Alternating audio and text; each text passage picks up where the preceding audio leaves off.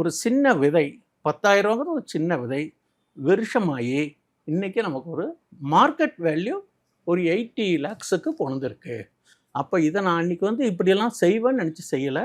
என்னுடைய பிளானிங் அப்படியே கையை மாற்றி இருந்துட்டு இதுவும் ஒரு type of short term investment மாதிரி செஞ்சு எனக்கு வேறு அசட்ஸ், லிக்விட் அசட்ஸு, கேஷோ ஏதோ பண்ணல. அப்புறம் குழந்தைகள்லாம் படிக்கிறாங்க, படிக்க வைக்கணும். அப்புறம் அவங்களுக்கு திருமண செலவு, டிபார்ட்மெண்ட்டில் ஊர் விட்டு ஊர் ட்ரான்ஸ்ஃபரு, இந்த மாதிரி பல வித பிரச்சனைகள்லாம் செஞ்சுட்டாலும் நான் இந்த என்னுடைய கால்குலேட்டிவ் மைண்டில் இதை ஒரு வர்த்தகம் மாதிரி செஞ்சு இன்றைக்கி அதை ஒரு உருப்படி பண்ணி கொண்டு வச்சுருக்கேன். இதுதான் என்னுடைய personal experience. Like stock market மாதிரியே இதுலேயும் பண்ணலாம். நீங்கள் ஸ்டாக் மார்க்கெட்டில் மட்டும்தான் நீங்கள் சம்பாதிக்கணும், ஃபியூச்சர் அண்ட் ஆப்ஷனில் தான் சம்பாதிக்கணுங்கிறதெல்லாம் கிடையாது. மனம் இருந்தால் மார்க்கம் உண்டு.